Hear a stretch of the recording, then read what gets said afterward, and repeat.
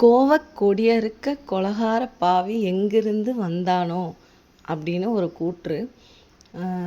இது இதுக்கு என்ன அர்த்தம் அப்படிங்கிறது யாருக்காவது தெரிஞ்சதுன்னா கண்டிப்பாக என்கிட்ட ஷேர் பண்ணிக்கங்க, கமெண்ட் செக்ஷனில் சொல்லுங்கள்.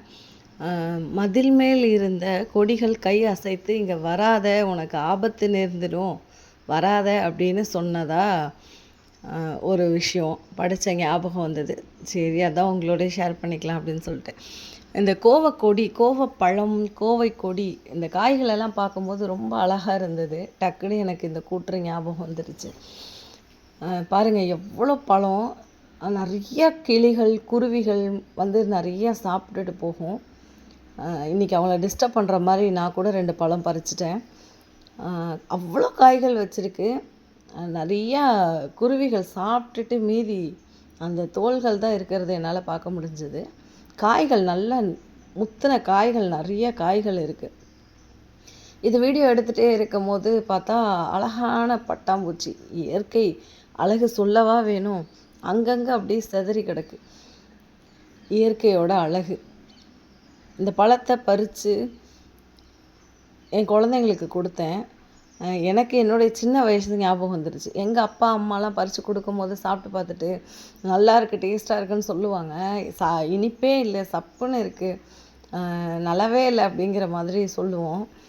இப்போ என் குழந்தைங்களுக்கு கொடுக்குறேன், வாங்கி சாப்பிட்டாங்க. சாப்பிட்டுட்டு ஒன்றும் அந்தளவுக்கு இனிப்பு இல்லைம்மா, கொஞ்சம் டேஸ்ட்டு கம்மியாக இருக்க மாதிரி இருக்குது அப்படின்னாங்க. எனக்கு என்னமோ அப்போ குழந்தை பருவத்தில் அது இனிப்பாக தெரியல, இப்போ ரொம்ப தித்திப்பாக இருந்தது.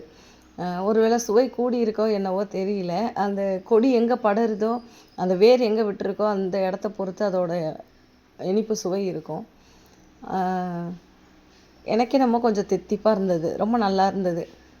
ரொம்ப நாள் கண்ணை உறுத்திட்டே இருந்துச்சு, நிறைய பழங்கள் இருக்கேன்னு. இன்றைக்கி அந்த குருவிகளையும் கிளிகளையும் ஏமாற்றிட்டு நான் 2 பழத்தை பறிச்சுட்டு வந்துட்டேன்.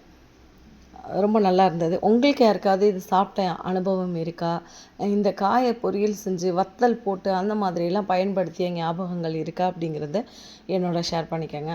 அப்புறம் பார்த்திங்கன்னா, இந்த கோவை இலை இருக்கு இல்லையா, இந்த இலையை வச்சு மூட்டு வலிக்கு ஆயில் ரெடி பண்ணலாம், எண்ணெய் ரெடி பண்ணலாம். அது எண்ணெய் காய்ச்சி பக்குவமாக பாடம் பண்ணி எடுத்தோம் அப்படின்னா ரொம்ப அந்த ஜவ்வு பிரச்சனை இருக்கவங்களுக்கெல்லாம் நல்ல ஒரு தீர்வாக இருக்கும். எவ்வளோ காய்கள் பாருங்கள், பார்க்க கண் அங்கேருந்து நகரவே மாட்டேங்குது. எனக்கு இது மேலவே சுற்றிகிட்டே இருந்தது. ஒன்று ஒன்றா பழுக்க ஆரம்பிக்கிற நேரம் நல்லாவே காய்ச்சி பார்த்திங்களா, கொடி ஃபுல்லாக காய், கணுவாக காய், எல்லாமே நல்லா முத்தின காய். இன்னும் ஒரு